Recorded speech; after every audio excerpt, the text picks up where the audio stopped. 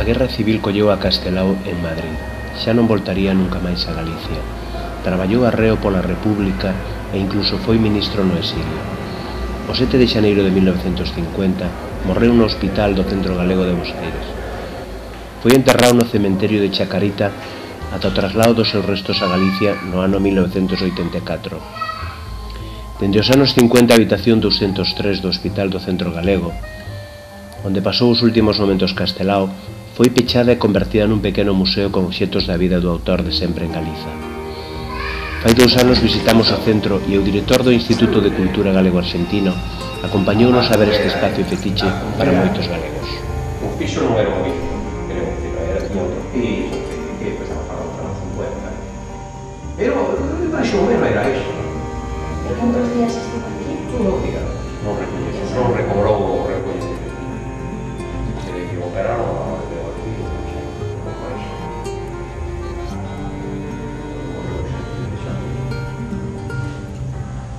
y estas camas son primitivas e ainda se conservan.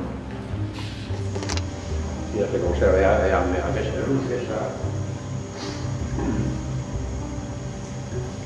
Pero bueno, a habitación é esta, sí, non sufriu. A máis da cultura ou algo así, un piso, pero un piso era así, era outra cosa.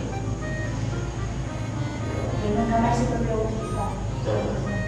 Bueno, xa non sei se podría estar. Había outra cama aí, a veciña onde comía, por exemplo. Era máis, como así, tal cual. E se abriu eso, si eso non é bonita, eso fala tamén un pouco esta cousiña.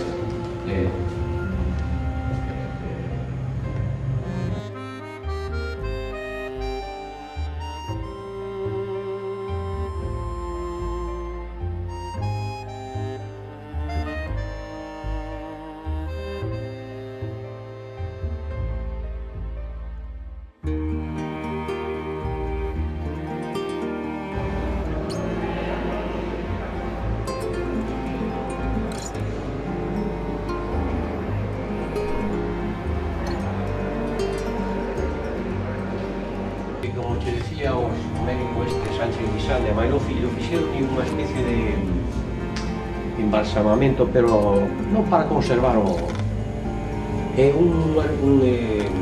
Para mandalo a Galicia, a idea de... Non, nese momento non era idea de mandar, non sei...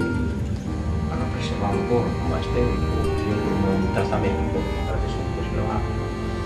E esta mascarilla sacoulle un escultor galego que chamábase Domingo Maza, estaba por aquí, sacou esa mascarilla, era un yeso. Esa tempo está xa no material.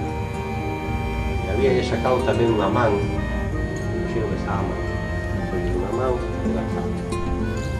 Bueno, e aquí temos